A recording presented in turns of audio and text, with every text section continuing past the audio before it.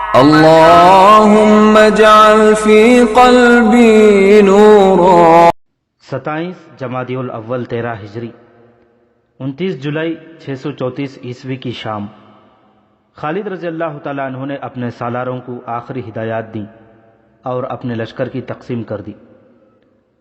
28 جمادی الاول 13 ہجری 30 جولائی 634 عیسوی کو مجاہدین نے روز مرہ کی طرح فجر کی نماز باجماعت پڑھی۔ سب نے گڑ گڑا کر بڑے ہی جذباتی انداز میں دعائیں مانگی۔ بہت سے ایسے تھے جن کی آنکھوں میں آنسو آ گئے، ان میں سے نہ جانے کس کس کی یہ آخری نماز تھی۔ نماز کے فوراً بعد انہیں اپنے اپنے دستوں کے ساتھ ان جگہوں پر چلے جانا تھا جو ان کے لیے گزشتہ رات مقرر کی گئی تھیں۔ سورج نکلنے سے پہلے پہلے خالد رضی اللہ تعالیٰ عنہ کا لشکر اپنی جگہوں پر پہنچ چکا تھا۔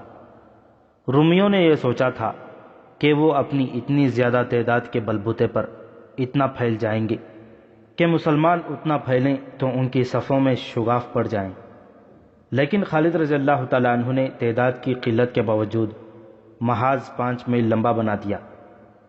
اس سے یہ خطرہ ختم ہو گیا کہ رومی پہلوؤں میں جا کر یا پہلوؤں سے عقب میں جا کر حملہ کریں گے۔ خالد رضی اللہ تعالیٰ عنہ نے دوسری دانشمندی یہ کی کہ اپنے لشکر کا منہ مغرب کی طرف رکھا تاکہ سورج ان کے پیچھے رہے اور رومیوں کے سامنے رہے، اور وہ آنکھوں میں سورج کی چمک پڑنے کی وجہ سے آنکھوں کو کھول نہ سکیں۔ حسب معمول خالد رضی اللہ تعالیٰ عنہ نے اپنی فوج کو 3 حصوں میں تقسیم کیا۔ ایک پہلو کے دستوں کے سالار سعید بن عامر تھے، دوسرے کے امیر المؤمنین حضرت ابوبکر صدیق رضی اللہ تعالیٰ عنہ کے بیٹے عبد الرحمن، اور قلب کی کمان معاذ بن جبل کے پاس تھی۔ خالد رضی اللہ تعالیٰ عنہ نے دونوں پہلوؤں کے دستوں کی حفاظت کا یا مشکل کے وقت ان کی مدد کو پہنچنے کا یہ انتظام کیا تھا کہ ان کے دستوں کے آگے ایک ایک دستہ کھڑا کر دیا تھا۔ 4000 نفری جس کے سالار یزید بن ابی سفیان تھے، خالد رضی اللہ تعالیٰ عنہ نے قلب کے عقب میں محفوظے کے طور پر رکھ لی۔ وہاں اس نفری کی موجودگی اس لیے بھی ضروری تھی کہ وہاں عورتیں اور بچے تھے۔ خالد رضی اللہ تعالیٰ عنہ نے سالاری کے رتبے کے افراد کو اپنے ساتھ رکھ لیا۔ مقصد یہ تھا کہ جہاں کہیں سالار کی ضرورت پڑے ان میں سے ایک کو وہاں بھیج دیا جائے۔ یہ چاروں بڑے قابل اور تجربے کار سالار تھے۔ یہ تھے حضرت عمر رضی اللہ تعالیٰ عنہ کے بیٹے عبداللہ، عمرو بن عاص، زرار بن ازور اور رافع بن امیرہ۔ سورج طلوع ہوا تو رومی سنتریوں نے اپنے سالاروں کو اطلاع دی کہ مسلمان جنگی ترتیب میں تیار ہو گئے ہیں۔ رومیوں کے اجتماع میں ہڑبونگ مچ گئی۔ ان کا یہ خدشہ بجا تھا کہ مسلمان حملہ کر دیں گے۔ رومی سالاروں نے بڑی تیزی سے اپنے لشکر کو تیار کیا اور مسلمانوں کے سامنے کھڑا کر دیا۔ دونوں فوجوں کے درمیان فاصلہ تقریباً 4 فرلانگ تھا۔ خالد رضی اللہ تعالیٰ عنہ نے اپنے محاذ کو کم و بیش 5 میل لمبا کر دیا تھا۔ رومی اپنے لشکر کو اس سے زیادہ پھیلا سکتے تھے، لیکن انہوں نے اپنے محاذ کی لمبائی تقریباً اتنی ہی رکھی جتنی خالد رضی اللہ تعالیٰ عنہ نے رکھی تھی۔ اس سے خالد رضی اللہ تعالیٰ عنہ کا یہ مسئلہ تو حل ہو گیا کہ رومی مسلمانوں کے پہلوؤں کے لیے خطرہ نہ بن سکے، لیکن رومی لشکر کی گہرائی زیادہ بلکہ بہت زیادہ تھی۔ دستوں کے پیچھے دستے اور ان کے پیچھے دستے تھے۔ مسلمانوں کے لیے ان کی صفیں توڑنا تقریباً ناممکن تھا۔ مورخ لکھتے ہیں کہ رومیوں کا لشکر جب اس ترتیب میں آیا تو دیکھنے والوں پر ہیبت طاری کرتا تھا۔ بہت سی صلیبیں جن میں کچھ بڑی اور کچھ ذرا چھوٹی تھیں اس لشکر میں اوپر کو ابھری ہوئی تھیں، اور کئی رنگوں کے جھنڈے اوپر کو اٹھے ہوئے لہرا رہے تھے۔ ان کے مقابلے میں مسلمانوں کی فوج نہایت معمولی اور بے رعب سے لگتی تھی۔ رومیوں کا سالار وردان اور سالار قبقولار اپنے لشکر کے قلب کے سامنے گھوڑوں پر سوار کھڑے تھے۔ ان کے ساتھ ان کے محافظوں کا ایک ایک دستہ تھا جو لباس وغیرہ سے بڑی شان والے لگتے تھے۔ رومیوں کی تعداد اور ان کی ظاہری جاہ و جلال کو دیکھ کر خالد رضی اللہ تعالیٰ عنہ نے محسوس کیا ہوگا کہ ان کے مجاہدین پر رومیوں کا ایسا اثر ہو سکتا ہے کہ ان کا جذبہ ذرا کمزور ہو جائے۔ شاید اسی لیے خالد رضی اللہ تعالیٰ عنہ نے اپنے گھوڑے کو ایڑ لگائی اور گھوڑے کا رخ اپنی فوج کے ایک سرے کی طرف کر دیا۔ یہ پہلا موقع تھا کہ انہوں نے اپنا محاذ اتنا زیادہ پھیلایا تھا۔ انہوں نے گھوڑا ایک پہلو کے دستے کے سامنے جا روکا۔ یاد رکھنا کہ تم اس اللہ کے نام پر لڑنے آئے ہو جس نے تمہیں زندگی عطا کی ہے۔ خالد رضی اللہ تعالیٰ عنہ نے ایک ہاتھ اور اس ہاتھ کی شہادت کی انگلی آسمان کی طرف کر کے انتہائی بلند آواز میں کہا، اللہ کسی اور طریقے سے بھی اپنی دی ہوئی زندگی تم سے واپس لے سکتا ہے۔ اللہ نے تمہارے ساتھ ایک رشتہ قائم کر رکھا ہے۔ کیا یہ اچھا نہیں کہ تم اللہ کی خاطر اپنی جانیں قربان کر دو؟ اللہ اس کا اجر دے گا۔ ایسا پہلے بھی ہو چکا ہے کہ تم تھوڑے تھے اور تمہارا مقابلہ اس دشمن سے ہوا کہ جو تم سے دگنا اور 3 گنا تھا، اور اتنا طاقتور دشمن تمہاری ضرب سے اس طرح بھاگا جس طرح بکری شیر کو اور بھیڑ بھیڑیے کو دیکھ کر بھاگتی ہے۔ رومیوں کی ظاہری شان و شوکت کو نہ دیکھو، شان و شوکت ایمان والوں کی ہوتی ہے، جاہ و جلال ان کا ہے جن کے ساتھ اللہ ہے۔ اللہ تمہارے ساتھ ہے۔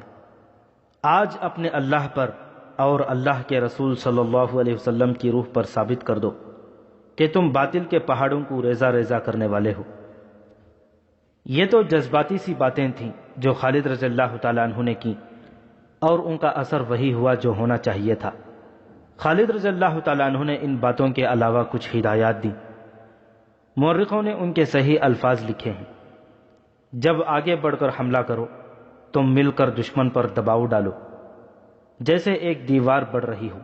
جب تیر چلاؤ تو سب کے تیر اکٹھے کمانوں سے نکلیں اور دشمن پر بوچھاڑ کی طرح گریں۔ دشمن کو اپنے ساتھ بہا لے جاؤ۔ خالد رضی اللہ تعالیٰ عنہ تمام دستوں کے سامنے رکے اور یہی الفاظ کہے۔ اس کے بعد وہ عقب میں عورتوں کے پاس چلے گئے۔ دعا کرتی رہنا اپنے خاوندوں کے لیے، اپنے بھائیوں اور اپنے باپوں کے لیے۔ خالد رضی اللہ تعالیٰ عنہ نے عورتوں سے کہا، تم دیکھ رہی ہو کہ دشمن کی تعداد کتنی زیادہ ہے اور ہم کتنے تھوڑے ہیں۔ ایسا ہو سکتا ہے کہ دشمن ہماری صفوں کو توڑ کر پیچھے آ جائے۔ خدا کی قسم مجھے پوری امید ہے کہ اپنی عزت اور اپنی جانیں بچانے کے لیے تم مردوں کی طرح لڑو گی۔ ہم انہیں تم تک نہیں پہنچنے دیں گے، لیکن وہ سب کچھ ہو سکتا ہے جو ہم نہیں چاہتے کہ ہو جائے۔ ولید کے بیٹے ایک عورت نے کہا، کیا وجہ ہے کہ ہمیں آگے جا کر لڑنے کی اجازت نہیں؟ مرد زندہ ہوں تو عورت کیوں لڑیں؟ خالد رضی اللہ تعالیٰ عنہ نے کہا، اور اپنے آپ کو بچانے کے لیے لڑنا تم پر فرض ہے، اور تم پر فرض ہے کہ مرد تھوڑے رہ جائیں، دشمن غالب آ رہا ہو تو آگے بڑھو اور مردوں کی طرح لڑو، اور اپنے اوپر غیر مرد کا غلبہ قبول نہ کرو۔ یہ پہلا موقع تھا کہ خالد رضی اللہ تعالیٰ عنہ نے عورتوں کو بھی دشمن سے خبردار کیا اور انہیں اپنے دفاع میں لڑنے کے لیے تیار کیا تھا۔ اس سے یہ ظاہر ہوتا ہے کہ انہیں خاصی تشویش تھی۔ انہوں نے کسریٰ کی فوجوں کو شکست پہ شکست دی تھی، لیکن رومی فارسیوں کی نسبت زیادہ منظم اور طاقتور تھے۔ خالد رضی اللہ تعالیٰ عنہ کے سامنے یقیناً یہ پہلو بھی ہوگا کہ مجاہدین کو گھروں سے نکلے خاصا عرصہ گزر چکا تھا اور وہ مسلسل لڑائیوں کے تھکے ہوئے بھی تھے۔ انہیں اپنے اللہ پر، اللہ کی دی ہوئی روحانی طاقتوں اور ایمان پر بھروسہ تھا۔ دونوں فوجیں لڑائی کے لیے تیار ہو گئیں۔ رومیوں کی طرف سے ایک معمر پادری آگے آیا اور مسلمانوں سے کچھ دور آ کر رک گیا۔ اے مسلمانوں، اس نے بلند آواز سے کہا، تم میں کوئی ایسا ہے جو میرے پاس آ کر بات کرے؟ خالد رضی اللہ تعالیٰ عنہ نے اپنے گھوڑے کی لگام کو ہلکا سا جھٹکا دیا اور پادری کے سامنے جا گھوڑا روکا۔ تم سالار ہو، بوڑھے پادری نے کہا، کیا تم میں مجھ جیسا کوئی مذہبی پیشوا نہیں؟ نہیں، خالد رضی اللہ تعالیٰ عنہ نے جواب دیا، ہمارے ساتھ کوئی مذہبی پیشوا نہیں ہوتا، سالار ہی امام ہوتا ہے۔ میں سپہ سالار ہوں، اور میں معزز پادری کو یہ بھی بتا دیتا ہوں کہ میں اس وقت تک سپہ سالار رہوں گا جب تک میری قوم اور میری فوج چاہے گی۔ اگر میں اپنے اللہ وحدہ لا شریک کے احکام اور اس کے رسول صلی اللہ علیہ وسلم کی فرمان میں انحراف کروں گا تو مجھے سپہ سالار نہیں رہنے دیا جائے گا۔ اگر اس حالت میں بھی سپہ سالار رہوں گا تو سپاہیوں کو حق حاصل ہے کہ وہ میرا کوئی حکم نہ مانے۔ مورخ لکھتے ہیں کہ معمر پادری پر خاموشی طاری ہو گئی اور وہ کچھ دیر خالد رضی اللہ تعالیٰ عنہ کے منہ کی طرف دیکھتا رہا۔ شاید یہی وجہ ہے، پادری نے ذرا دبی زبان میں کہا، یہی وجہ ہو سکتی ہے کہ فتح ہمیشہ تمہاری ہوتی ہے۔ وہ بات کر معزز پادری جو تو کرنے آیا ہے، خالد رضی اللہ تعالیٰ عنہ نے کہا۔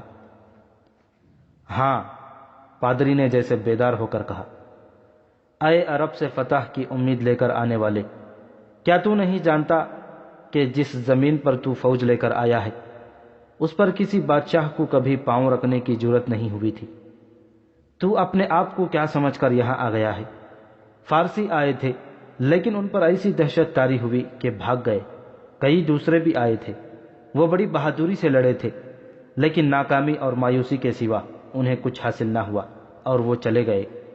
تجھے ہمارے خلاف کچھ کامیابیاں حاصل ہوئی ہیں، لیکن یہ خیال دماغ سے نکال دے کہ ہر میدان میں تو فتح ہی پائے گا۔ مورخوں کے مطابق خالد رضی اللہ تعالیٰ عنہ خاموشی سے سن رہے تھے اور بوڑھا پادری پر اثر لہجے میں بول رہا تھا، میرا سپہ سالار ویردان جو میرا آقا ہے تجھ پر کرم اور نوازش کرنا چاہتا ہے۔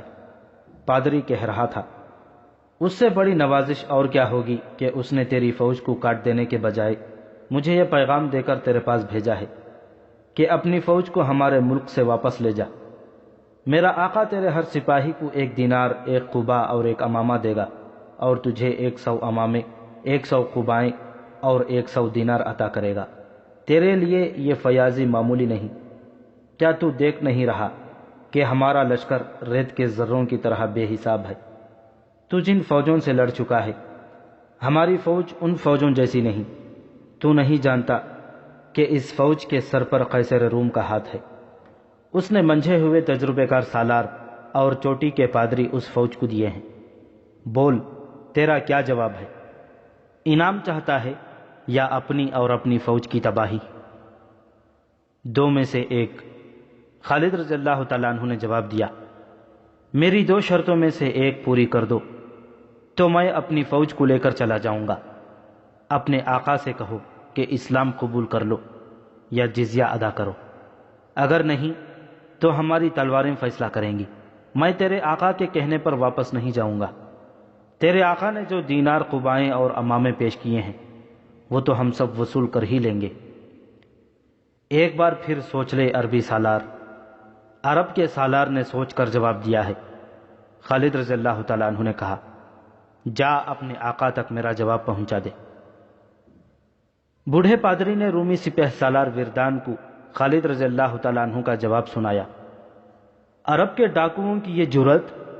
ویردان نے غصے سے پھٹتے ہوئے کہا، کیا وہ نہیں جانتے کہ میں ان سب کو ایک ہی حلے میں ختم کر سکتا ہوں؟ اس نے اپنی سپاہ کی طرف گھوڑا گھما کر حکم دیا، تیر انداز آگے آ جائیں اور ان بدبختوں کو فنا کرنے کے لیے تیار ہو جائیں۔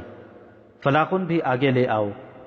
تیر انداز آگے آئے تو مسلمانوں کے قلب کے سالار معاذ بن جبل نے اپنے دستوں کو حملے کی تیاری کا حکم دیا۔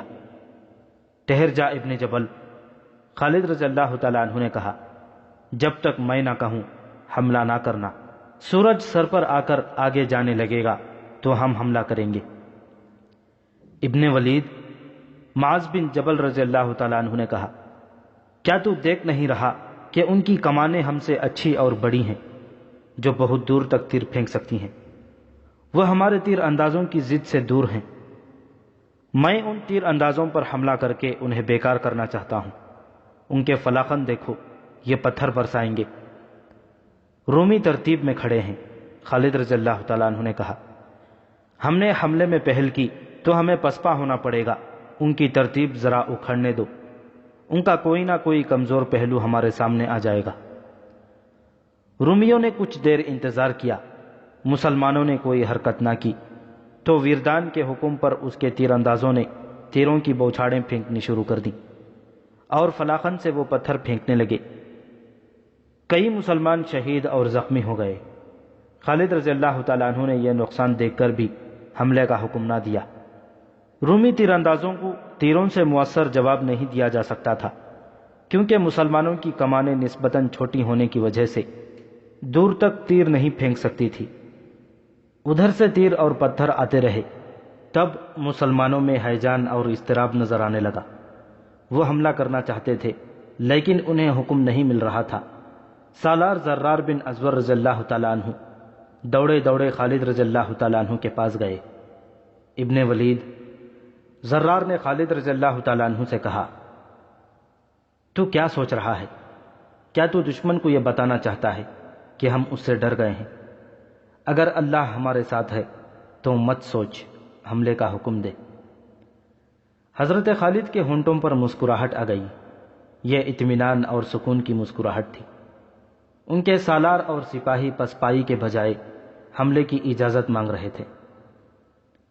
ابن ازور، خالد رضی اللہ تعالیٰ عنہ نے کہا، تو آگے جا کر دشمن کو مقابلے کے لیے للکار سکتا ہے۔ زرار نے زراح اور خود پہن رکھی تھی۔ ان کے ایک ہاتھ میں چمڑے کی ڈھال اور دوسرے ہاتھ میں تلوار تھی۔ انہوں نے پچھلے ایک معرکے میں یہ ڈھال ایک رومی سے چھینی تھی۔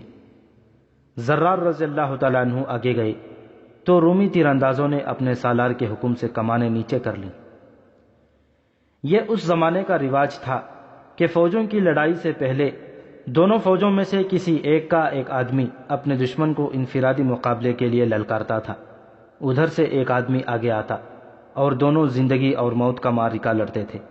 اس کے بعد جنگ شروع ہوتی تھی۔ مقابلے کے لیے للکارنے والا اپنے دشمن کو توہین آمیز باتیں کرتا تھا۔ زرار بن ازور رومیوں کے سامنے گئے اور انہیں للکارا، میں سفید چمڑی والوں کے لیے موت کا پیغام لایا ہوں۔ رومیوں، میں تمہارا قاتل ہوں۔ میں خدا کا قہر بن کر تم پر گروں گا۔ میرا نام زرار بن ازور ہے۔ رومیوں کی طرف سے ایک آدمی کو زرار کے مقابلے کے لیے آنا تھا، لیکن 4-5 رومی سوار آگے آ گئے۔ زرار نے پہلے اپنی خود اتاری، پھر زرہ اتاری، پھر قمیض بھی اتار دی اور کمر بند تک برہنہ ہو گئے۔ تب ان رومیوں نے انہیں پہچانا جو بصرہ میں انہیں اس حالت میں لڑتے دیکھ چکے تھے، اور وہ یہ بھی دیکھ چکے تھے کہ اس شخص میں جنات جیسی پھرتی اور طاقت ہے۔ حقیقت بھی یہی تھی۔ زرار ایک سے زیادہ آدمیوں کا مقابلہ کرنے کی خصوصی مہارت رکھتے تھے۔ زرار کے مقابلے میں جو رومی آئے تھے ان میں 2 سالار بھی تھے، ایک تبریا کا اور دوسرا عمان کا حاکم یا امیر تھا۔ باقی بھی کوئی عام سپاہی نہیں تھے، وہ کمانڈروں کے رتبے کے تھے۔ انہوں نے زرار کو گھیرے میں لینے کے لیے گھوڑوں کے رخ موڑے۔ زرار نے اچانک گھوڑے کو ایڑ لگائی، اور جب وہ عمان کے حاکم کے قریب سے گزر گئے تو یہ سالار اپنے گھوڑے کے پیٹھ پر ہی دوہرا ہو گیا، پھر گھوڑے سے لڑک کر نیچے جا پڑا۔ زرار کی تلوار اس کے پہلو سے اس کے جسم میں گہری اتر گئی تھی۔ حیران کن پھرتی سے زرار کا گھوڑا مڑا اور ایک اور رومی ان کی تلوار سے کٹ کر گرا۔ زرار ایسی چال چلتے اور ایسا پینترا بدلتے تھے کہ رومی سواروں کے 2-3 گھوڑے آپس میں ٹکرا جاتے یا ایک دوسرے کے آگے آ جاتے تھے۔ اس موقع سے فائدہ اٹھا کر زرار ان میں سے ایک کو تلوار سے کاٹ جاتے تھے۔ کوئی رومی سوار گرتا تھا تو مسلمان بڑے جوش سے نعرے لگاتے تھے۔ زرار کا یہ عالم تھا جیسے ان میں مافوق الفطرت طاقت آ گئی ہو۔ اپنے مقابلے میں آنے والے رومیوں میں سے زیادہ تر کو انہوں نے گرا دیا۔ ان میں 1-2 ایسے بھی تھے جنہیں مہلک زخم نہیں آئے تھے، لیکن وہ دوڑتے گھوڑوں کے قدموں تلے کچلے گئے۔ 2 رومی سوار بھاگ کر اپنے لشکر میں چلے گئے۔ زرار فاتحانہ انداز سے خون ٹپکاتی تلوار کو لہراتے اور رومیوں کو للکار رہے تھے، میں سفید چمڑی والوں کا قاتل ہوں۔ رومیوں، میری تلوار تمہاری خون کی پیاسی ہے۔ مورخوں واقدی، ابن حشام اور تبری نے لکھا ہے کہ 10 رومی سوار گھوڑے دوڑاتے آگے آئے۔ یہ سب سالاری سے ذرا نیچے کے عہدوں کے رومی تھے۔ خالد رضی اللہ تعالیٰ عنہ نے جب 10 سواروں کو آگے آتے دیکھا تو اپنے محافظ دستے میں سے انہوں نے 10 سوار منتخب کیے اور انہیں آگے لے گئے۔ رومی سوار زرار کی طرف آ رہے تھے۔ خالد رضی اللہ تعالیٰ عنہ نے نعرہ لگایا، خدا کی قسم زرار کو اکیلا نہیں چھوڑوں گا۔ اس کے ساتھ انہوں نے اپنے 10 سواروں کو اشارہ کر کے گھوڑے کو ایڑ لگائی۔ 10 سوار ان کے ساتھ گئے۔ رومی سواروں کی نظریں زرار پر لگی ہوئی تھیں۔ خالد رضی اللہ تعالیٰ عنہ اور ان کے سوار رومی سواروں پر جا جھپٹے۔ زرار کی تلوار بھی حرکت میں آ گئی۔ رومیوں نے مقابلہ کرنے کی کوشش کی، لیکن خالد رضی اللہ تعالیٰ عنہ اور ان کے سواروں کی تیزی اور تندی نے رومیوں کی ایک نہ چلنے دی اور سب کٹ گئے۔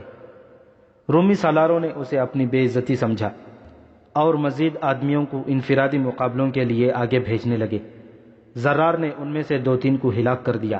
مقابلے کے لیے آگے آنے والے ہر رومی کے ساتھ زرار ہی مقابلہ کرنا چاہتے تھے، لیکن خالد رضی اللہ تعالیٰ عنہ نے انہیں پیچھے بلا لیا اور دوسرے مجاہدین، تاریخوں میں ان کے نام نہیں، ان کو باری باری آگے بھیجا۔ ہر مقابلے میں مجاہدین فاتح رہے۔ دونوں فوجوں کے درمیان بہت سے زخمیوں کی لاشیں پڑی تھیں۔ مورخوں کے مطابق یہ مقابلے کم و بیش 2 گھنٹے جاری رہے اور سورج اس مقام پر آ گیا جس مقام پر خالد رضی اللہ تعالیٰ عنہ چاہتے تھے کہ آ جائے تو حملہ کریں گے۔ مقابلوں کے دوران تیر انداز اور فلاقن سے تیر پھینکنے والے خاموش کھڑے تھے۔ مقابلہ ابھی جاری تھا۔ خالد رضی اللہ تعالیٰ عنہ نے حملے کا حکم دے دیا۔ یہ عام قسم کا حملہ تھا جسے حلہ یا چارج کہتے ہیں۔ اس سے پہلے رومی تیر انداز اور فلاقن بہت بڑی رکاوٹ تھی۔ انہیں خاموش دیکھ کر خالد رضی اللہ تعالیٰ عنہ نے حملہ کیا تھا۔ حملہ اتنا زوردار تھا اور مجاہدین میں اتنا قہر بھرا ہوا تھا کہ رومی سالار اعلیٰ وردان کو کوئی چال چلنے کی مہلت ہی نہ ملی۔ وہ اپنے لشکر کے آگے کھڑا مقابلے دیکھ رہا تھا۔ اس نے پیچھے کو بھاگ کر اپنی جان بچائی۔ توقع تو یہ تھی کہ وردان اپنی تعداد کی افراد کے بلبوتے پر اپنے پہلوؤں کو آگے بڑھا کر خالد رضی اللہ تعالیٰ عنہ کے پہلوؤں سے آگے نکلے اور عقب میں آنے کی کوشش کرے گا، لیکن اسے اتنی ہوش نہیں تھی۔ اس نے اپنے لشکر کو پھیلانے کے بجائے اس کی گہرائی زیادہ کر دی تھی، یعنی دستوں کے پیچھے دستے رکھے تھے۔ اس کی یہ ترتیب بڑی اچھی تھی، لیکن خالد رضی اللہ تعالیٰ عنہ کی چال نے اس کی ترتیب کو اس کے لیے ایک مسئلہ بنا دیا۔ مسلمان دستوں نے سامنے سے حملہ کیا تو رومیوں کے اگلے دستے پیچھے ہٹنے لگے۔ پچھلے دستوں کو اور پیچھے ہونا پڑا، پھر ان کی ترتیب گڑبڑ ہو گئی۔ مسلمانوں کو اس سے بہت فائدہ پہنچا۔ یہ بڑا ہی شدید معرکہ تھا اور بڑا ہی خون ریز۔ سورج مغرب کی سمت ڈھل گیا تھا۔ خالد رضی اللہ تعالیٰ عنہ نے محسوس کیا کہ مجاہدین تھک گئے ہوں گے۔ انہوں نے مجاہدین کو معرکے سے نکلنے کا حکم دیا۔ ایسے لگا جیسے رومی سالار بھی یہی چاہتے تھے۔ انہوں نے اپنے دستوں کو پیچھے ہٹانا بہتر سمجھا۔ پھر جب دونوں فوجیں پیچھے ہٹیں تو پتہ چلا کہ رومی ہزاروں کی تعداد میں مارے گئے ہیں اور زخمیوں کی تعداد بے شمار ہے۔ ان کے مقابلے میں مسلمانوں کا نقصان بہت ہی تھوڑا تھا۔ سورج غروب ہونے کو تھا، اس لیے دونوں میں سے کوئی بھی فوج حملہ نہیں کر سکتی تھی۔ اس طرح پہلے روز کی جنگ ختم ہو گئی۔ رات کو دونوں فوجوں کے سالاروں نے اپنے اپنے نائب سالاروں وغیرہ کو بلایا اور اپنے اپنے نقصان کا جائزہ لینے لگے اور اگلی کارروائی کے متعلق سوچنے لگے۔ رومیوں کے سالار اعلیٰ وردان کی کانفرنس میں گرما گرمی زیادہ تھی۔ وردان نے صاف کہہ دیا تھا کہ جنگ کی یہی صورتحال رہی جو آج ہو گئی تھی، تو نتیجہ ظاہر ہے کیا ہوگا، اور اس نتیجے کا نتیجہ کیا ہوگا؟ کیا میں نے پہلے ہی نہیں کہہ دیا تھا؟ وردان کے سالار قب قلار نے کہا، میں اب بھی کہتا ہوں کہ اور زیادہ سوچو اور وجہ معلوم کرو کہ ہر میدان میں فتح مسلمانوں کی ہی کیوں ہوتی ہے، اور وہی خوبی ہماری فوج میں کیوں پیدا نہیں ہو سکتی؟ آج کی لڑائی دیکھ کر مجھے اپنی فتح مشکوک نظر آنے لگی ہے۔ کیا تو یہ کہنا چاہتا ہے کہ ہم میدان چھوڑ کر بھاگ جائیں؟ وردان نے کہا، میں تم سب کو کہتا ہوں کہ اپنی اپنی رائے اور مشورہ دو کہ ہم مسلمانوں کو کس طرح شکست دے سکیں۔ قب قلار کے ہونٹوں پر عجیب سی مسکراہٹ آ گئی۔ اس نے کچھ بھی نہ کہا اور دوسرے سالار اپنی آراء اور مشورے دینے لگے۔ ان سالاروں کے مشورے مختلف تھے، لیکن ایک بات مشترک تھی۔ سب کہتے تھے کہ مسلمانوں کو شکست دینی ہے، اور ایسی شکست کہ ان میں سے زندہ وہی رہے جو جنگی قیدی ہو۔ اگر خالد ان کا سالار نہ ہو تو انہیں شکست دینا آسان ہو جائے گا۔ ایک سالار نے کہا، وہ جدھر جاتا ہے اس کی شہرت اور دہشت اس کے آگے آگے جاتی ہے۔ ہمیں تسلیم کرنا چاہیے کہ مسلمانوں کے اس سالار میں جتنی زیادہ جنگی مہارت ہے جو بہت کم سالاروں میں ہوتی ہے۔ میں ایک مشورہ دینا چاہتا ہوں۔ سب متوجہ ہوئے۔ مسلمانوں کو خالد سے محروم کر دیا جائے، اس نے کہا، اور اس کا ایک ہی طریقہ ہے قتل۔ کل کی لڑائی میں اسے قتل کرنے کی کوشش کی جائے گی۔ وردان نے کہا، یہ مشورہ کوئی مشورہ نہیں، لڑائی میں ابھی تک اسے کوئی قتل نہیں کر سکا۔ مشورہ دینے والے سالار نے کہا، میری تجویز یہ ہے کہ ہماری طرف سے ایک ایلچی خالد رضی اللہ تعالیٰ عنہ کے پاس جائے اور کہے کہ ہم مزید خون خرابہ روکنا چاہتے ہیں، ہمارے پاس آؤ اور ہمارے ساتھ بات چیت طے کر لو۔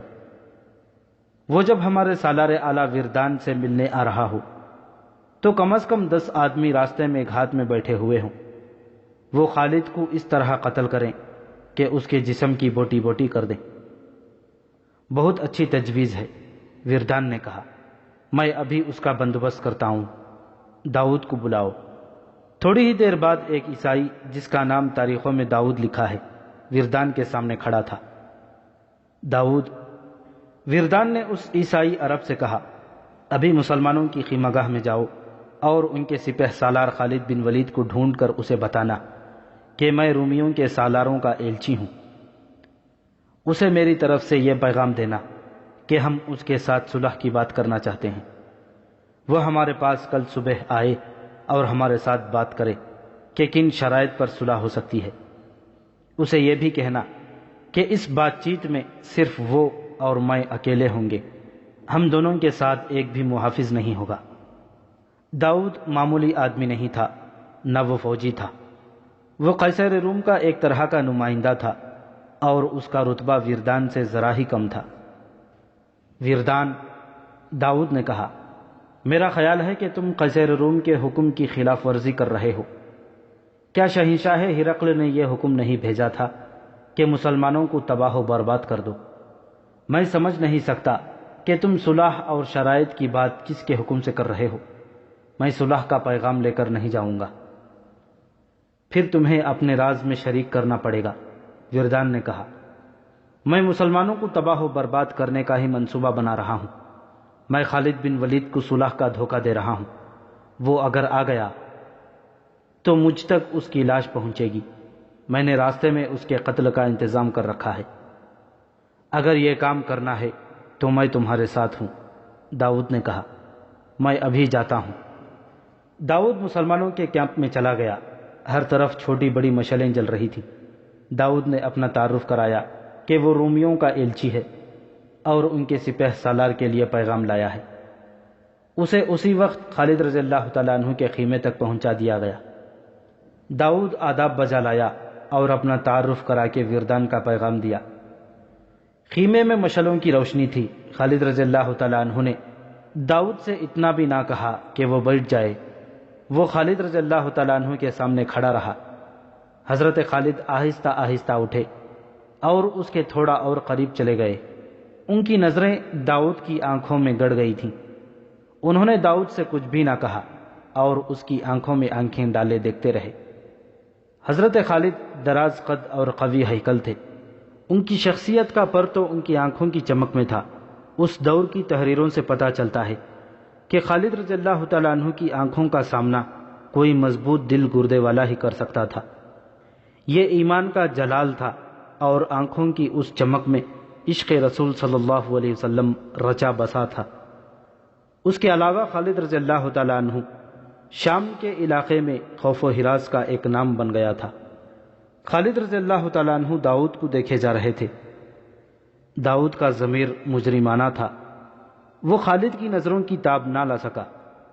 مورخ لکھتے ہیں کہ خالد رضی اللہ تعالیٰ عنہ کے چہرے پر ایک یا دو زخموں کے نشان تھے جن سے ان کا چہرہ بگڑا تو نہیں تھا، لیکن زخموں کے نشانات کا اپنا ایک تاثر تھا جو داؤد کے لیے غالباً دہشتناک بن گیا تھا۔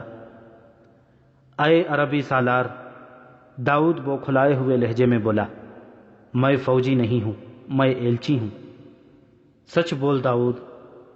حضرت خالد نے اس کے اور قریب آ کر کہا، تو ایک جھوٹ بول چکا ہے، اب سچ بول اور اپنی جان سلامت لے جا۔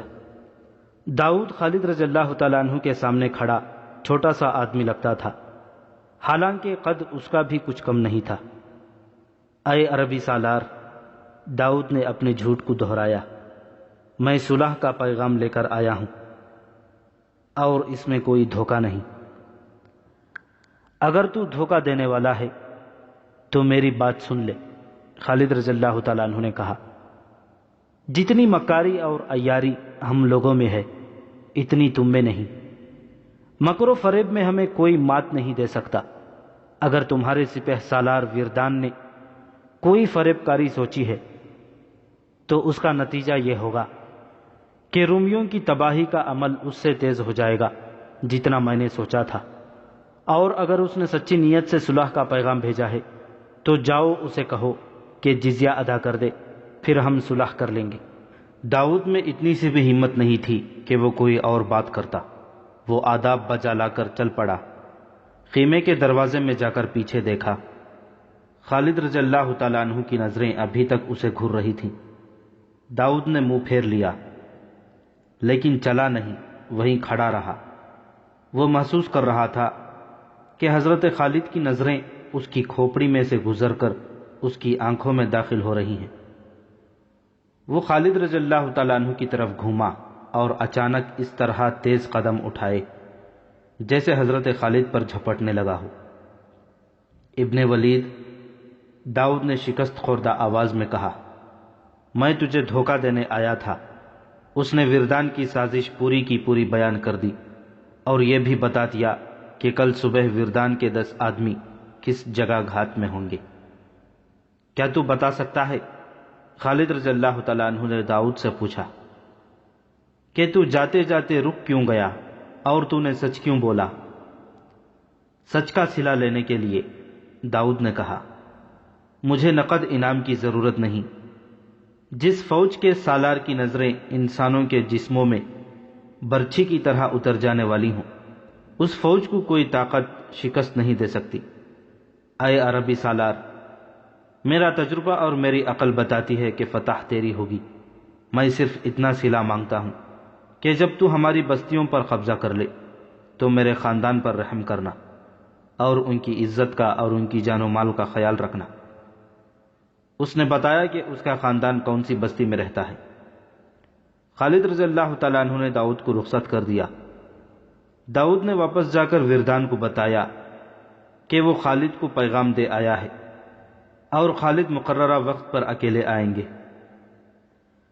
داؤد نے حضرت خالد کی شخصیت سے ایسا تاثر لیا تھا کہ اس نے اپنے آپ کو یقین دلا دیا تھا کہ رومی ہاریں گے اور فتح مسلمانوں کی ہوگی۔ اس نے اپنی فوج کے سالار اعلیٰ سے جھوٹ بولا کہ خالد مقررہ وقت پر آ جائیں گے۔ صبح طلوع ہوئی۔ ابو عبیدہ رضی اللہ تعالیٰ عنہ خالد رضی اللہ تعالیٰ عنہ کے پاس آئے۔ حضرت خالد نے انہیں رومی سالار وردان کی سازش سنائی۔ وہ 10 رومی مجھے قتل کرنے کے لیے گھات میں پہنچ چکے ہوں گے۔ خالد رضی اللہ تعالیٰ عنہ نے کہا، میں چاہتا ہوں کہ اکیلا جا کر 10 رومیوں کو ختم کر دوں، بڑا اچھا شکار ہے۔ نہیں ابن ولید، حضرت ابو عبیدہ نے کہا، یہ تیرا کام نہیں۔ 10 آدمیوں کے مقابلے میں تو قتل یا زخمی ہو سکتا ہے۔ تو بڑا قیمتی آدمی ہے، یوں کر 10 آدمی ایسے چن لے جو بہت ہی بہادر ہوں، انہیں وہ جگہ بتا کر بھیج دے۔ خالد رضی اللہ تعالیٰ عنہ نے 10 مجاہدین منتخب کیے اور انہیں بتایا کہ کہاں جانا ہے اور کیا کرنا ہے۔ ان میں زرار بن ازور بھی تھے۔ انہیں ان 10 آدمیوں کا کمانڈر مقرر کیا گیا۔ مشہور مورخ واقدی نے یہ واقعہ ذرا مختلف بیان کیا ہے۔ وہ لکھتا ہے کہ طے یہ پایا تھا کہ حضرت خالد اور وردان کی ملاقات ہوگی۔ وردان خالد رضی اللہ تعالیٰ عنہ کو دبوچ لے گا اور اس کی پکار پر اس کے 10 رومی گھات سے نکل کر خالد رضی اللہ تعالیٰ عنہ کو قتل کر دیں گے۔ 3 اور مورخوں نے بھی یہ واقعہ اسی طرح بیان کیا ہے۔ وردان نے اپنے 10 آدمی رات کے آخر پہر کی تاریکی میں گھات لگانے کے لیے بھیج دیے تھے۔ حضرت خالد نے اپنے 10 آدمی اسی وقت کے لگ بھگ بھیج دیے تھے۔ اس کے ساتھ ہی خالد رضی اللہ تعالیٰ عنہ نے اپنے سالاروں سے کہا کہ وہ گزشتہ روز کی ترتیب میں میدان جنگ میں کھڑے ہو جائیں اور حملے کے لیے تیار رہیں۔ وردان نے مسلمانوں کو جنگی ترتیب میں آتے دیکھ کر جنگی ترتیب میں ہو جانے کا حکم دیا اور صبح طلوع ہوتے ہی وہ شاہانہ جنگی لباس میں اس جگہ چلا گیا جہاں اس نے خالد رضی اللہ تعالیٰ عنہ کو ملاقات کے لیے بلایا تھا۔ ادھر سے خالد رضی اللہ تعالیٰ عنہ بھی آ گئے اور دونوں ایک دوسرے کے سامنے کھڑے ہو گئے۔ او عرب کے بدو، وردان نے حضرت خالد سے کہا، تو اور تیرے لوگ عرب میں بھوکے مرتے ہیں اور تو قیصر روم کی شاہی فوج کے مقابلے میں آ گیا ہے۔ او لٹیرے، کیا میں نہیں جانتا کہ تم لوگ وہاں مفلسی کے بدترین زندگی گزارتے ہو؟ او رومی کتے، خالد رضی اللہ تعالیٰ عنہ نے غضبناک آواز میں کہا، میں تجھے آخری بار کہتا ہوں، اسلام قبول کر لے یا جزیہ ادا کر۔ وردان نے جھپٹ کر خالد رضی اللہ تعالیٰ عنہ کو اپنے بازوؤں میں جکڑ لیا۔ آؤ آؤ، وردان نے اپنے 10 آدمیوں کو پکارا جو قریب کہیں چھپے ہوئے تھے۔ حضرت خالد کم طاقتور تو نہیں تھے، لیکن وردان بھی طاقت میں کچھ کم نہ تھا۔ خالد رضی اللہ تعالیٰ عنہ نے بہت زور لگایا کہ وردان سے ذرا سا آزاد ہو جائیں تاکہ تلوار نیام سے نکال سکیں، لیکن کامیاب نہ ہو سکے۔ انہوں نے دیکھا کہ 10 رومی اپنی فوجی وردی میں ان کی طرف دوڑے آ رہے ہیں۔ خالد رضی اللہ تعالیٰ عنہ کو اپنا آخری وقت نظر آنے لگا۔ انہیں توقع تھی کہ زرار اور ان کے 9 مجاہدین نے گھات والے 10 رومیوں کو ختم کر دیا ہوگا، مگر وہ 10 کے 10 زندہ چلے آ رہے تھے۔ حضرت خالد کو خیال آیا کہ زرار اور ان کے مجاہدین رومیوں کے ہاتھوں مارے گئے ہیں یا بر وقت پہنچ نہیں سکے۔ رومی جب قریب آئے تو ایک نے خود زرہ اور قمیض اتار کر پھینک دی اور اللہ اکبر کا نعرہ لگایا۔ تب خالد نے دیکھا کہ یہ تو زرار ہے۔ انہوں نے باقی 9 کو قریب سے دیکھا تو وہ ان کے اپنے ہی منتخب کیے ہوئے مجاہدین تھے۔ یہ مذاق زرار بن ازور نے کیا تھا۔ انہوں نے گھات میں بیٹھے رومیوں کو بڑے اطمینان سے قتل کر دیا تھا، پھر ان کی وردیاں اتار کر پہن لیں۔ انہیں معلوم تھا کہ وردان پکارے گا۔ وہ وردان کی پکار پر نکل آئے۔ وردان خوش ہو گیا کہ اس کی سازش کامیاب ہو گئی ہے۔ پیچھے ہٹ ابن ولید، زرار نے تلوار نکال کر کہا، یہ میرا شکار ہے، اور وہ وردان کی طرف بڑھنے لگے۔ قسم ہے تجھے اس کی جو کوئی بھی تیرا معبود نہیں۔ وردان نے حضرت خالد سے کہا، مجھے اپنی تلوار سے ختم کر اور اس شیطان کو مجھ سے دور رکھ۔ زرار نے اپنی ایک دہشت ناک مثال قائم کر رکھی تھی۔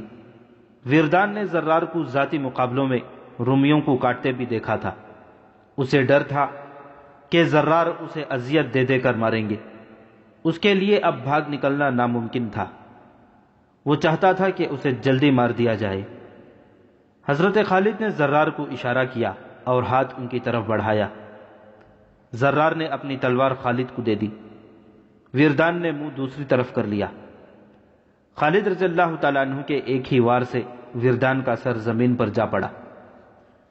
خالد رضی اللہ تعالیٰ عنہ وہاں رکے نہیں، فوراً اپنی فوج تک پہنچے اور حملے کا حکم دے دیا۔ یہ حملہ بھی گزشتہ روز کی مانند تھا۔ خالد رضی اللہ تعالیٰ عنہ نے قلب اور دونوں پہلوؤں کے دستوں کو ایک ہی بار حلہ بولنے کا حکم دیا۔ انہوں نے 4000 مجاہدین کا محفوظہ، جس کے سالار یزید بن ابی سفیان تھے، پیچھے رکھا۔ مسلمان حملہ کرتے اور پیچھے ہٹ آتے تھے اور پھر حملہ کرتے تھے۔ رومی تعداد میں بہت زیادہ تھے، لیکن ان کا سالار اعلیٰ ان میں نہیں تھا۔ اس کی جگہ ان کا سالار قبقلار کمان کر رہا تھا۔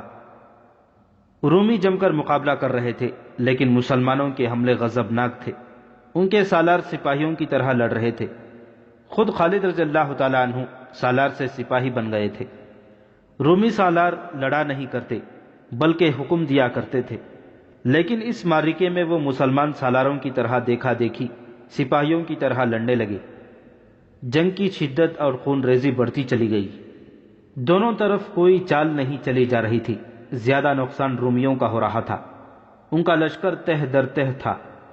خالد رضی اللہ تعالیٰ عنہ نے یہ سوچ کر کہ اتنا شدید حملہ کرایا تھا کہ دشمن کا سالار اعلیٰ مارا جا چکا ہے، اور مجاہدین یہ دیکھ کر تابڑ توڑ حملے کرتے تھے کہ رومیوں کی تعداد اتنی زیادہ ہے کہ وہ ایک دوسرے میں پھنس کے رہ گئے ہیں۔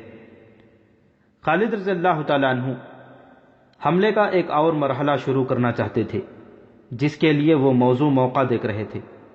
چند گھنٹوں بعد انہیں یہ موقع ملا۔ دونوں فوجیں تھک گئی تھیں۔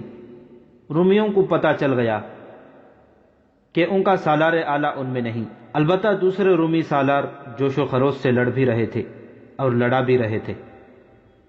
حضرت خالد نے 4000 نفری کے محفوظے کو، جس کے سالار یزید بن ابی سفیان تھے، دشمن کے قلب پر حملے کا حکم دیا۔ یہ 4000 مجاہدین تازہ دم تھے اور لڑائی میں شریک ہونے کے لیے اتنے بے تاب کے نعرے لگاتے اور بے قابو ہوئے جاتے تھے۔ حکم ملتے ہی وہ رکے ہوئے سیلاب کی طرح گئے اور اتنا شدید حملہ کیا کہ رومیوں کی صفوں کے دور اندر تک چلے گئے۔ مجاہدین کے سالار رومیوں کے سالار قبقلار کو ڈھونڈ رہے تھے۔ مرکزی جھنڈا اسی کے پاس تھا اور وہ وردان کا قائم مقام تھا۔ پہلے بتایا جا چکا ہے کہ اس نے وردان سے کہہ دیا تھا کہ مسلمانوں کے ساتھ صلح سمجھوتا کر لیا جائے۔ اس کی دوربین نگاہوں نے دیکھ لیا تھا کہ مسلمان رومیوں پر غالب آ جائیں گے۔ وردان نے اسے ڈانٹ دیا تھا۔ مورخ طبری اور ابو سعید نے لکھا ہے کہ مجاہدین کو قبقلار مل گیا۔ اسے دیکھ کر سب حیران رہ گئے۔ وہ سالار لگتا ہی نہیں تھا، وہ تو جنگ سے لا تعلق کھڑا تھا۔ اس نے اپنے سر پر اس طرح کپڑا لپٹا ہوا تھا کہ اس کی آنکھیں بھی ڈھکی ہوئی تھیں۔ اس کے محافظوں نے بے دلی سے مقابلہ کیا، شاید اس لیے کہ وہ اپنے سپہ سالار کو نیم مردہ سمجھ رہے تھے۔ انہی سے پتا چلا تھا کہ یہ ہے قبقلار۔ مجاہدین نے اسے اسی حالت میں قتل کر دیا۔ بعض مورخوں نے خیال ظاہر کیا ہے کہ قبقلار نے اپنی آنکھوں پر اس لیے کپڑا ڈال رکھا تھا کہ وہ اپنے لشکر کا قتل عام نہیں دیکھ سکتا تھا۔ اس کی قوت برداشت جواب دے گئی تھی۔ رومیوں کا مرکزی پرچم گر پڑا۔ مجاہدین اب یہ نعرے لگا رہے تھے، خدا کی قسم ہم نے رومیوں کے دونوں سپہ سالاروں کو قتل کر دیا ہے۔ رومیوں تمہارا پرچم کہاں ہے؟ شہنشاہ ہرقل کو بلاؤ۔ رومیوں تمہاری صلیبیں اور جھنڈے کہاں ہیں؟ مجاہدین اسلام تو اپنے اللہ اور رسول صلی اللہ علیہ وسلم اور ایک عقیدے کی خاطر لڑ رہے تھے، لیکن رومی جن کے حکم سے لڑ رہے تھے وہ مارے جا چکے تھے۔ مجاہدین کے پاس ایمان کی قوت تھی جو جادو کی طرح رومیوں پر غالب آ گئی۔ رومی بھاگنے لگے۔ ان میں سے کچھ بیت المقدس کی طرف بھاگے جا رہے تھے، کچھ غزہ اور بعض یافا کی طرف۔ رومیوں کی جنگی طاقت کو مکمل طور پر تباہ کرنے کے لیے خالد رضی اللہ تعالیٰ عنہ نے اپنے سوار دستوں کو حکم دیا کہ بھاگتے دشمن کا تعاقب کریں اور کسی کو زندہ نہ چھوڑیں۔ وہ ایک عبرتناک منظر تھا۔ رومی جانیں بچانے کے لیے ادھر ادھر بھاگ رہے تھے اور مسلمان سوار ان کے تعاقب میں جا کر انہیں برچھیوں میں پرو رہے تھے۔ ان رومیوں نے اپنی تعداد پر بھروسہ کیا تھا، شراب کے نشے کو وہ اپنی طاقت سمجھتے تھے۔ انہوں نے مسلمانوں کو غریب اور نادار سمجھ کر انہیں ایک ایک دینار پیش کیا تھا۔ خالد رضی اللہ تعالیٰ عنہ نے انہیں کہا تھا کہ تم سے دینار تو ہم لے ہی لیں گے۔ اب رومیوں کو کہیں پناہ نہیں مل رہی تھی۔ ان کا میدان جنگ میں اتنا جانی نقصان نہیں ہوا تھا جتنا میدان جنگ سے بھاگتے وقت ہوا۔ ان میں خوش قسمت وہ تھے جو بیت المقدس پہنچ گئے اور شہر میں داخل ہو گئے تھے۔ یہ قتل عام اس وقت رکا جب سورج غروب ہو گیا اور اندھیرا اتنا کہ سواروں کو اپنے گھوڑوں کے سر نظر نہیں آتے تھے۔ اس وقت خالد رضی اللہ تعالیٰ عنہ اپنے خیمے میں تھے۔ انہیں بتایا گیا کہ داؤد نام کا ایک عیسائی عرب ان سے ملنے آیا ہے۔ حضرت خالد نام سنتے ہی باہر کو دوڑے۔ خدا کی قسم داؤد، خالد رضی اللہ تعالیٰ عنہ اسے گلے لگا کر بولے، تو نے میری صرف جان نہیں بچائی، تو نے میری فتح آسان کر دی ہے۔ کوئی بھی انعام کافی نہیں ہو سکتا جو میں تجھے دوں۔ کہاں ہیں تیرے بیوی بچے؟ کسی نے ان پر ہاتھ تو نہیں اٹھایا؟ نہیں ابن ولید، داؤد نے کہا، میں کوئی انعام لینے نہیں آیا، مجھے انعام مل چکا ہے۔ دیکھ میں زندہ ہوں اور میرا سارا خاندان زندہ ہے۔ اب ایک انعام مجھے یہ دے کہ یہ راز تیرے سینے میں رہے کہ میں نے تیری کچھ مدد کی تھی۔ روم کی شہنشاہی زندہ ہے، ابھی تو اس شہنشاہی میں داخل ہوا ہے، تیرا راز قیصر روم تک نہیں پہنچے گا۔ خالد رضی اللہ تعالیٰ عنہ نے کہا، اور خدا کی قسم تو مال غنیمت کے حصے کا حقدار ہے، میں تجھے حصہ دوں گا اور تو جو مانگے گا دوں گا۔ چند روز بعد مدینہ میں عید جیسی خوشیاں منائی جا رہی تھیں۔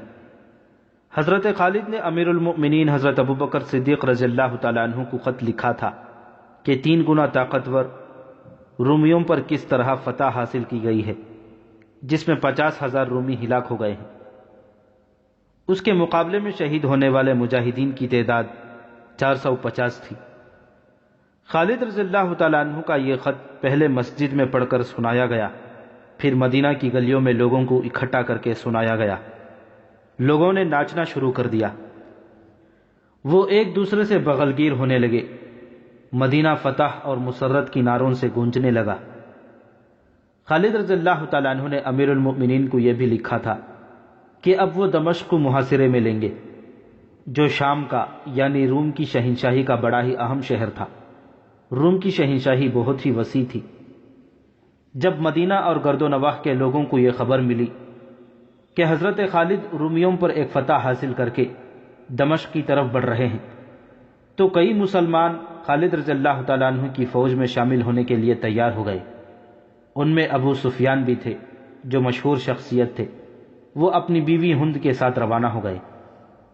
1439 سال پہلے ماہ اگست کے ایک روز، جب مدینہ میں مسلمان اجنادین کی فتح پر خوشیاں منا رہے تھے، مدینہ سے دور، بہت ہی دور، شمال میں روم کی شہنشاہی کے ایک اہم شہر حمص پر مایوسی اور ماتم کی سیاہ کالی گھٹا چھا گئی تھی۔ رومیوں کے شہنشاہ ہرقل کے محل میں قہر اور غضب کی آوازیں گرج رہی تھیں۔ بصرہ کی شکست کی خبر لے جانے والا قاصد اگر وہاں سے کھسک نہ آتا تو ہرقل غصے میں اس کا سر کاٹ دیتا۔ ہمارے سپہ سالار وردان کو کیا ہو گیا تھا؟ شہنشاہ ہرقل نے غضبناک آواز میں پوچھا۔ مارا گیا ہے، اسے کانپتی ہوئی آواز میں جواب ملا۔ اور وہ قبقلار، وہ کہتا ہے کہ میری تلوار کی ہوا سے ہی دشمن کٹ جاتا ہے، وہ بھی مارا گیا ہے۔ اور فاموس، وہ لڑائی سے پہلے ذاتی مقابلے میں مارا گیا تھا۔ شہنشاہ ہرقل نے ان تمام سالاروں کے نام لیے جو اجنادین کی لڑائی میں شامل تھے اور جن کی بہادری اور جنگی قیادت پر اسے بھروسہ تھا۔ اسے یہی جواب ملا کہ مارا گیا ہے یا زخمی ہو گیا ہے۔ وہ سب ہلاک یا زخمی نہیں ہوئے تھے، ان میں سے بعض بھاگ گئے تھے۔ اور اب مسلمان دمشق کی طرف بڑھے آ رہے ہیں، شہنشاہ ہرقل کو بتایا گیا۔ دمشق کی طرف؟ اس نے ہڑبڑا کر کہا، نہیں نہیں، میں انہیں دمشق تک پہنچنے نہیں دوں گا۔ وہ دمشق ہم سے نہیں لے سکتے، وہاں میرا شیر موجود ہے، توما۔ دمشق کا سالار توما ہے۔ ہرقل تیز تیز قدم اٹھاتا اپنے شاہانہ کمرے میں چل رہا تھا اور اپنی ایک ہتھیلی پر دوسرے ہاتھ کے مکے مارا جا رہا تھا۔ اس کے خوشامدی درباریوں، خاص خادموں اور اس کی خدمت میں حاضر رہنے والی بڑی حسین لڑکیوں کو معلوم تھا کہ جب شہنشاہ اس طرح پریشانی اور غصے کی کیفیت میں ہوتا ہے تو سب سے زیادہ خوبصورت لڑکی شراب پیش کرتی ہے۔ ایک لڑکی جو باریک ریشمی لباس میں برہنہ لگتی تھی، چاندی کے پیالے میں شراب لے کر آئی اور اشتعال انگیز ادا سے ہرقل کے سامنے آ گئی۔ ہرقل بپھرے ہوئے سانڈ کی طرح پھنکار رہا تھا۔ اس نے لڑکی کے ہاتھوں میں تشتری دیکھ کر بڑی زور سے تشتری کے نیچے ہاتھ مارا۔ شراب کا پیالہ لڑکی کے منہ پر لگا۔ تشتری چھت تک جا کر واپس آئی۔ ہرقل نے لڑکی کو دھکا دیا تو وہ دروازے میں جا پڑی۔ شراب شراب شراب، ہرقل نے غصے سے کہا، تم نے شراب اور حسین لڑکیوں سے دل بہلانے اور بدمست رہنے والوں کا انجام دیکھا نہیں؟ تم دیکھ نہیں رہے وہ سلطنت روم کو ذلت اور رسوائی میں پھینک رہے ہیں، اور جنہوں نے ہمیں شکست دی ہے انہوں نے اپنے اوپر شراب حرام کر رکھی ہے۔ اس نے حکم دیا، گھوڑا تیار کرو، میں انطاکیہ جا رہا ہوں، اور میں اس وقت وہاں سے واپس آؤں گا جب میں آخری مسلمان کی بھی لاش دیکھ لوں گا۔ بادشاہ جنگ کے لیے جب کوچ کرتے تھے تو اس کے لیے بہت سے انتظامات کیے جاتے تھے۔ محافظ دستہ اور بادشاہ کی من پسند عورتیں ساتھ جاتی تھیں۔ ایسے انتظامات ہر وقت تیار رہتے تھے۔